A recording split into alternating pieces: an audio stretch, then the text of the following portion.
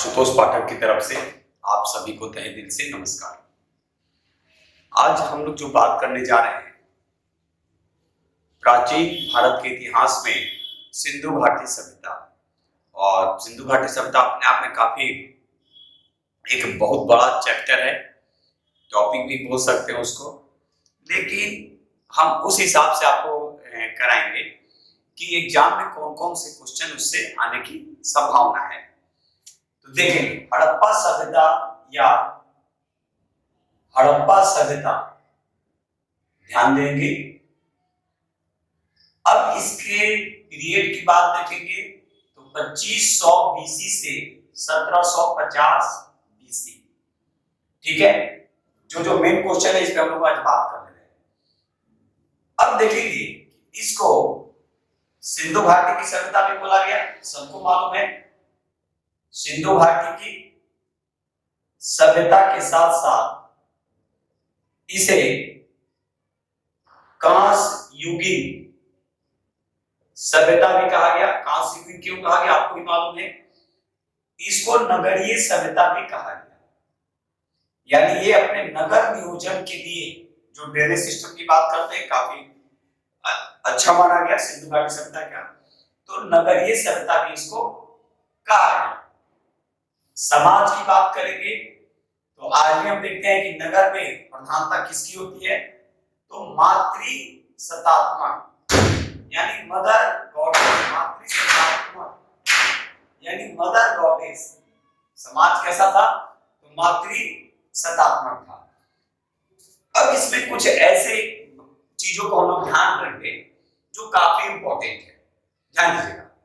जैसे इस समय लोग लोहे से परिचित नहीं थे। आपसे क्वेश्चन पूछा जाता है, ध्यान रखिएगा कि क्या लोहे से लोग परिचित थे, तो लोहे से परिचित नहीं थे। फिर वैसा कभी होगा तो पूरा इसका स्टोरी बताएंगे, अभी बस एज एग्जाम के व्यू से हम लोग को लेना है। और इसीलिए बढ़ेंगे, हर टॉपिक पे हम लोग बात करेंगे। तो हड़प्पा सभ्यता 1500 बीसी से 1750 बीसी माना गया। दूसरा चीज, इसे सिंधु घाटी की सभ्यता, कांस्य युगीन सभ्यता या नगरीय सभ्यता कहा गया। समाज कैसा था, मातृ सत्तात्मक, लोग लोहे से परिचित नहीं थे। अब देखेंगे कि इसमें कुछ ऐसे नगर थे जो अपने आप में काफी प्रसिद्ध थे। जैसे हम कुछ 2-3 नगर का नाम, 4 नगर का नाम आपके सामने रख दे रहे हैं। जैसे सबसे पहले जो हम नाम अभी आपके सामने रखेंगे वो है लोथल, और ये काफी इंपॉर्टेंट क्वेश्चन है यूपीएससी के लिहाज से भी। तो लोथल के बारे में कहा जाता है, ध्यान से सुनिएगा, कि स्वतंत्रता प्राप्ति के बाद, याद रखिएगा, स्वतंत्रता प्राप्ति के बाद अगर सर्वाधिक कहीं खुदाई हुई थी, अगर सर्वाधिक कहीं खुदाई हुई तो ये हुआ था लोथल में। अब आपसे एक और क्वेश्चन पूछा जाएगा, लोथल काफी प्रसिद्ध था किसके रूप में, तो बंदरगाह के रूप में। व्यापार और वाणिज्य, इससे अनुमान लगता है कि व्यापार और वाणिज्य होते थे। एक और काफी इंपॉर्टेंट क्वेश्चन पूछेगा, वर्तमान में ये किस राज्य में है, तो लोथल किस राज्य में है वर्तमान में, तो गुजरात। किस नदी के किनारे है, तो नदी अगर पूछेगा तो भोगवा। ये काफी इंपॉर्टेंट है, याद रखिएगा। यानी सिंधु घाटी सभ्यता में पहला जो हमने नाम आपको बताया नगर में, लोथल। इसके बाद एक और नाम देखेंगे, ध्यान रखिएगा, धौलावीरा। धौलावीरा इसलिए कहा जाता है कि देखेंगे, अगर जल प्रबंधन की बात करेंगे कि हड़प्पा सभ्यता में जल प्रबंधन कहां पे देखा गया, प्रबंधन जो है, जल प्रबंधन जो है वो कहां देखा गया, तो धौलावीरा के बारे में, और भी बहुत सारा चीजें धौलावीरा के बारे में।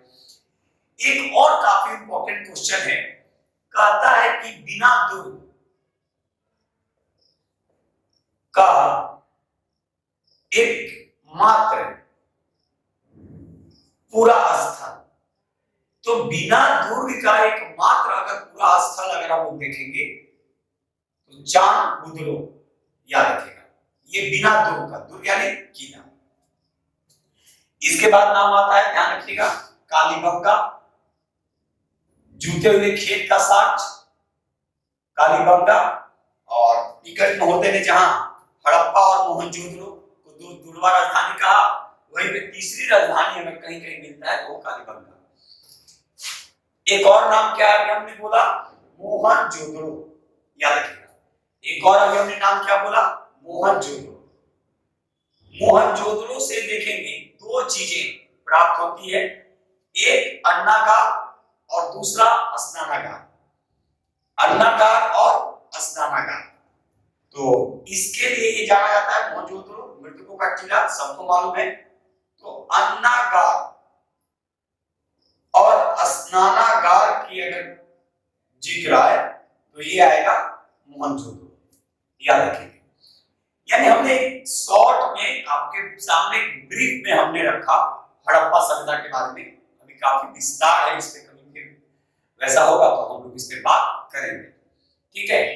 और बने बोले कि एक मेरा प्रयास है कि आपको हर टॉपिक को एक बार ऐसा टच करा दे कि आपको लगे कि हम कुछ भी नहीं पढ़े, ठीक है, पढ़ के जाएंगे एग्जाम में तो कहीं ना कहीं आपको बेनिफिट मिलेगा। तो देखेंगे हड़प्पा सभ्यता के बारे में। 2500 बीसी से 1750 बीसी सिंधु घाटी की सभ्यता कहा गया, कांस्य युगीन कहा गया और नगरीय सभ्यता कहा गया।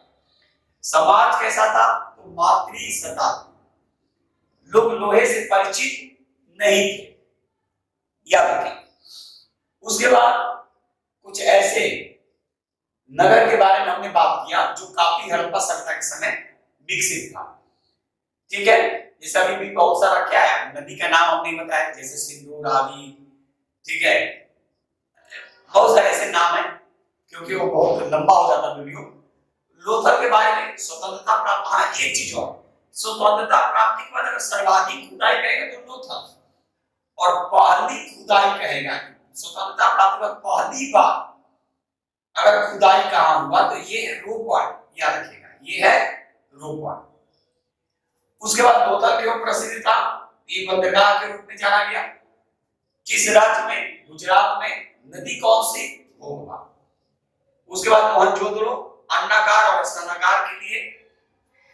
उसके बाद बिना दुर्ग का एकमात्र पूरा स्थल पूछेगा तो चाबुंदुर्ग, कालीबंगा, ठीक है, जूते हुए खेत के साक्ष्य मिले हैं, और कालीबंगा का होता है काले रंग की चूड़ी। धौलावीरा के बारे में क्या है भाई, शतरंज का जो है, जो ये मिला, यहीं से मिला, खेल का मैदान मिला, और जल प्रबंधन के लिए ये जाना जाता है। काफी इंपॉर्टेंट क्वेश्चन है कि हड़प्पा सभ्यता का कौन सा नगर स्थल जल प्रबंधन के लिए जाना जाता है, तो ये है धौलावीरा। और ये राखीगढ़ी, आलमगीरपुर। फिर कब कैसा होगा तो फिर उस पर भी हम लोग बात करेंगे, तब तक देखते रहिए और कमेंट जरूर करेंगे। जहां सुधार की होगी तुरंत आप लोग बोलेंगे कि हाँ सर यहाँ पे सुधार की जरूरत है, क्योंकि हम पहले ही बोल चुके हैं कि हम भी आप लोग से ही सीखते हैं। तो चलिए आज बस इतना ही, आगे के लिए फिर एक बार फिर बोलेंगे। अगर आप सब्सक्राइब नहीं किए तो सब्सक्राइब कीजिए, लाइक कीजिए, शेयर कीजिए, और बेल आइकन को दबाएंगे। इसलिए दबाएंगे बेल आइकन को कि आपको जो वीडियो हो वो सबसे पहले आपके पास पहुंच जाए और आप उसको देखिए, समझिए।